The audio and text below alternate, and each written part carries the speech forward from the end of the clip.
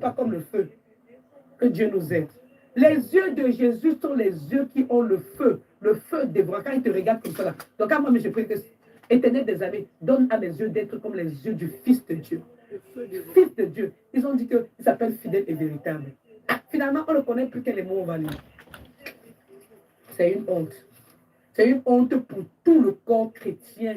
C'est une honte pour tout le corps qui fait les grosses églises partout dans le monde. Vous n'avez pas honte de tromper le peuple de Dieu. Ils savent qu'ils sont assis. Ils font leur réunion des satanistes tous les temps. Je vous ai dit que le mois de juin, c'est là. Dieu là. On a lu le livre d'Agé, non? Quand on a lu le livre d'Agé là, c'est pour vous dire que quoi? Il y a maintenant, sur le plan spirituel là, l'Éternel a fait des choses.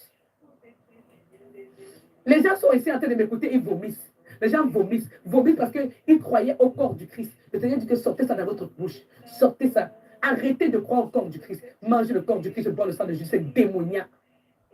Et c'est démoniaque.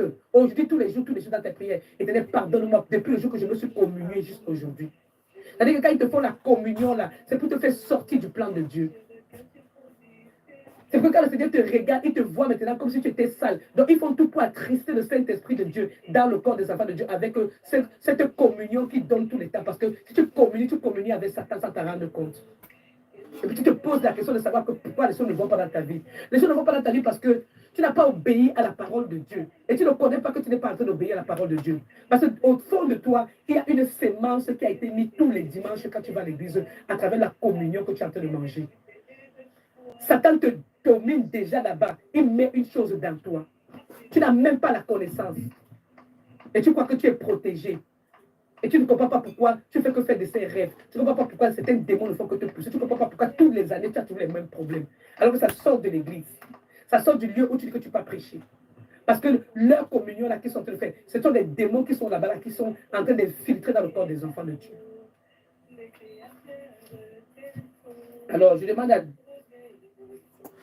le Fils de Dieu qui s'appelle fidèle et véritable. C'est ça, non? Le Fils de Dieu s'appelle fidèle et véritable d'entrer dans notre combat éternel des amis. Envoie-nous ton Fils qui a les yeux de feu dévorant. Envoie le feu pour brûler, calciner tous les agents du diable qui s'attaquent à nous. On nous dit dans Apocalypse 19 que quoi? Que le Fils de l'homme qui va venir sur le cheval blanc s'appelle fidèle et véritable. Donc maintenant, aujourd'hui, là, on a une transformation. On nous dit Apocalypse 19. On dit les yeux de Fils de l'homme qui va venir là. C'est pas, je veux dire que ça dégage des feux dévorants. Et on dit, et sa tête était la tête de Fils de l'homme là. On dit que quoi? Il y avait plusieurs diadèmes. Et il avait un nom écrit que personne ne connaît. Et ce n'est lui-même. Bon, regardez ce que je voulais vous dire. Eux-mêmes qui ont écrit la Bible, qui disent qu'on ne retranche rien dedans là. Ils disent que le Fils de l'homme, donc le Fils de Dieu, a un nom que personne ne connaît.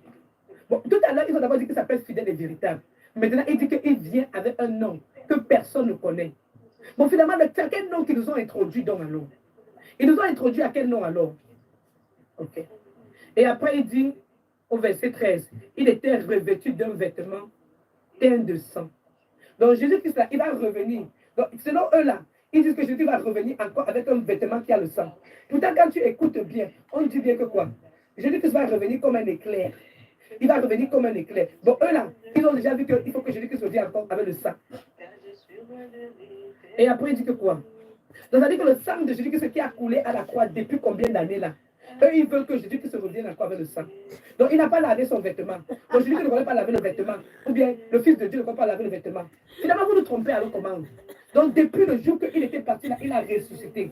Donc, quand Jésus-Christ a ressuscité, on ne nous a pas dit qu'il a ressuscité, il y avait le sang sur ses vêtements. Selon ce que vous décidez dans les choses que vous faites, voilà. Vous nous montrez comment il a porté un vêtement blanc comme ça là. Maintenant, vous dites qu'il va revenir avec, il y aura les vêtements qui seront tachés de sang. Vous dites que le Fils de l'homme va revenir comme ça. Mais vous ne voyez pas que vous trompez les gens là tous les jours. Ok, continuons. Ils disent maintenant que quoi? Il va revenir avec un vêtement teint de sang. Son nom est la parole de Dieu. Bon, finalement, alors, toujours un même paragraphe. Ils ont dit que son nom maintenant est la parole de Dieu. Ok, si le nom du Fils de Créateur est la parole de Dieu, pourquoi vous ne nous avez pas donc appris parole de Dieu? Vous avez d'abord dit que son nom, il s'appelle... Bonjour. Bonjour, bonjour.